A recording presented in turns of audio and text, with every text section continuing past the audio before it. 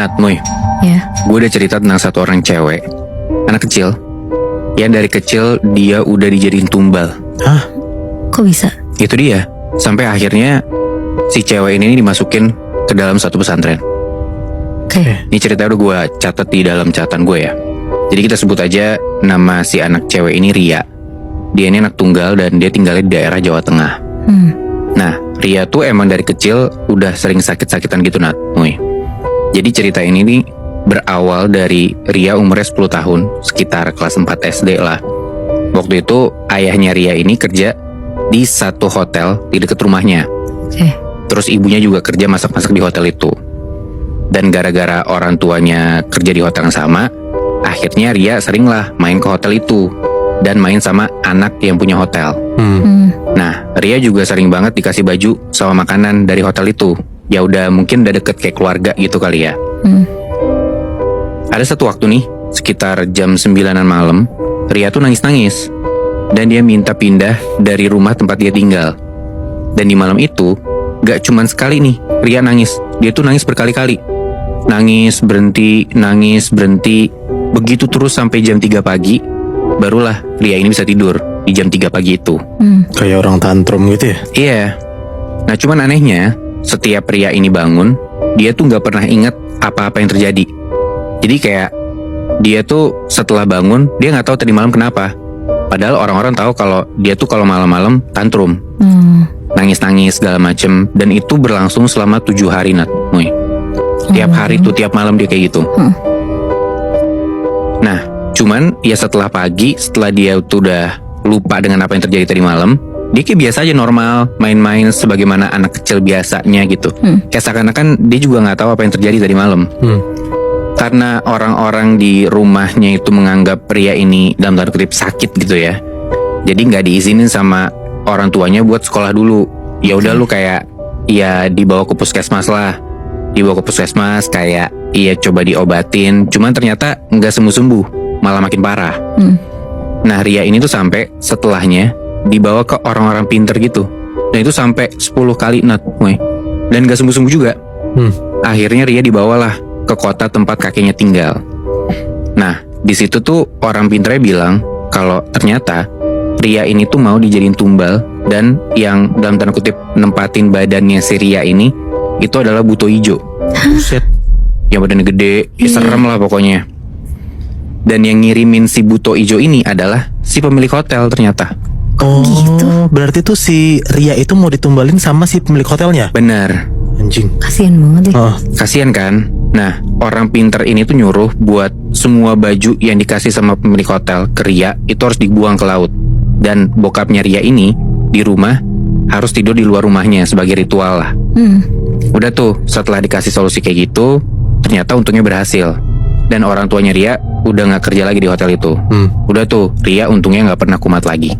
Nah tapi, justru kalau Ria pergi ke tempat-tempat yang angker, dia tuh gampang banget kerasukan, Nat, Moy. oh jadi sensitif gitu ya? Sama kayak tadi cerita lu, Nat. Jadi setelah dia dapat serangan-serangan atau teror-teror itu, dia malah jadi sensitif, gampang kerasukan, mungkin bisa ngelihat juga makhluk-makhluk halus gitu.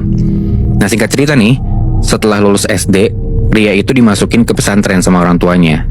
Dan ternyata pesantrennya ini angker.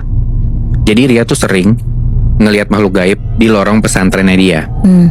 Sampai pernah ada satu kejadian, pesantren kan kalau tidur barengan gitu ya, ya kan rame-rame gitu ya. Ria ini dan temannya tuh tidur di samping mereka. Ada satu malam itu mereka tidur barengan sama pocong, Nat, Moy.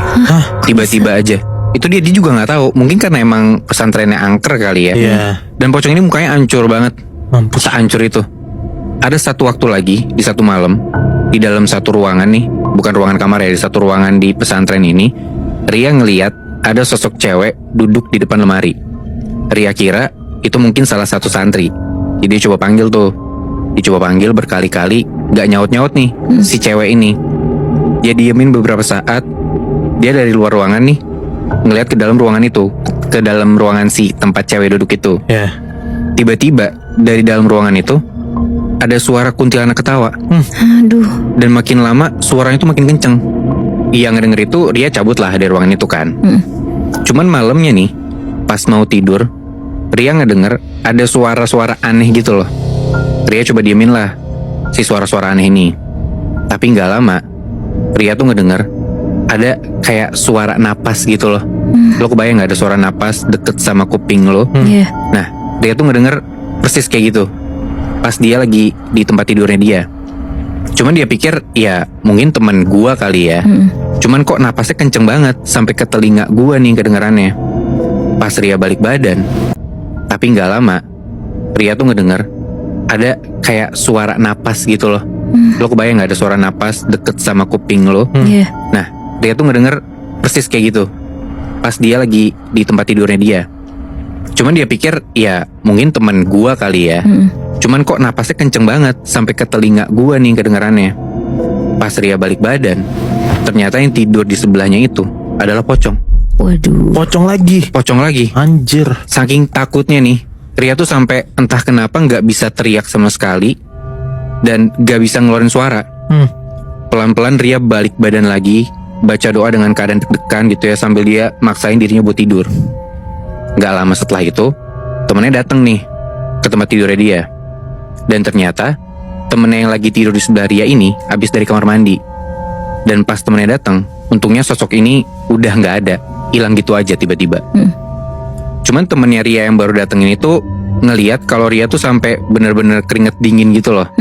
Terus temennya bilang, udah Ria coba cuci muka dulu aja. Dia juga gak tahu nih Ria kenapa, karena Ria juga belum cerita.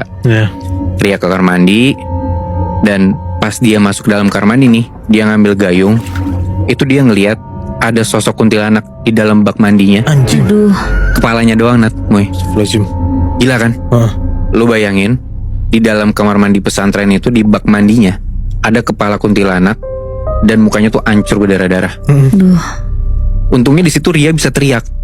Ria teriak dan teman-temannya yang ngedenger langsung nyamperin ke kamar mandi. Ria dipeluk, ditenangin. Baliklah mereka ke kamar. Tapi bahkan Nat, Moy, pas mau masuk kamar, Ria ini ngeliat ada sosok hitam ngelewatin jendela kamar dia itu. Aduh. Ria langsung malingin muka tuh, lanjut jalan aja ke tempat tidur tanpa bilang apa-apa sama temen-temennya. Berarti teman-temannya tuh nggak bisa ngelihat ya? Temen-temennya gak bisa ngeliat. Cuman Ria doang. Nah, entah kenapa kayak gitu ya. Dan ini bahkan sampai di mimpi Nat, Moy, Ria tuh digangguin sama sosok makhluk halus. Di mimpinya ini, Ria tuh kayak ketemu sosok besar, gede banget, tapi kayak cuma bayangan putih doang. Nah, di mimpinya itu Ria tuh gak bisa gerak sama sekali, kayak cuman matung doang. Dan untungnya dia tetap bisa baca-baca tuh. Dia baca-baca, dia doa, dia minta pertolongan dalam hati. Sampai tiba-tiba Ria kebangun dan ternyata udah pagi hari aja. Nah, di pagi hari itu badan Ria tuh panas banget, tapi dia tetap paksain dirinya buat sekolah. Maksudnya ya dia ikutin pelajaran di pesantren itulah.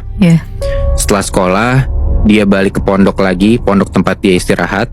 Tiba-tiba badannya Ria ini tuh lumpuh, gak bisa digerakin sama sekali. Kasian banget. Kayak seluruh badan tuh gak bisa gerak. Allah.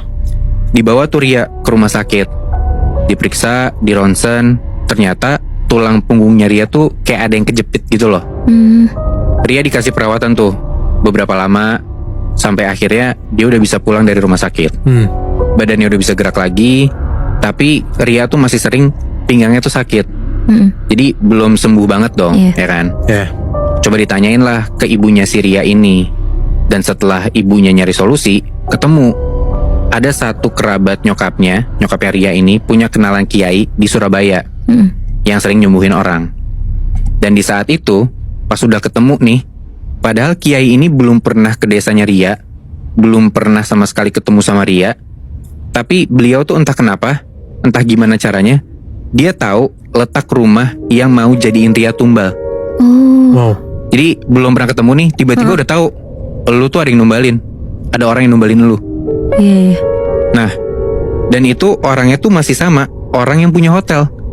Anjir. Masih aja ya, Vi? Itu dia makanya pergi tuh akhirnya Ria sekeluarga ke Surabaya lah. Maksudnya setelah ketemu sama kiainya tempatnya Ria, Ria dibawa ke Surabaya. Terus kayak semacam diruqyah gitulah sama kiainya ini. Dan kiainya bilang, ternyata setelah dulu buto ijonya tuh diusir dari badan Ria, si orang ini nih, orang yang mau numbalin Ria, itu tuh diem-diem naruh buaya putih yang baru lahir di punggungnya Ria. Sampai Ria tumbuh besar di pesantren itu, buaya itu pun ikut besar juga, kayak ikut tumbuh bareng Ria gitu loh. Di dalam badannya si Ria. Di dalam badannya Ria, Gila. tepatnya di punggungnya dia ya. Anjir. Dan katanya panjangnya sampai 4 meter Nat, Moy. Gila. Udah tuh setelah diruqyah, akhirnya untungnya nih ya, Ria pelan-pelan secara bertahap bisa sembuh.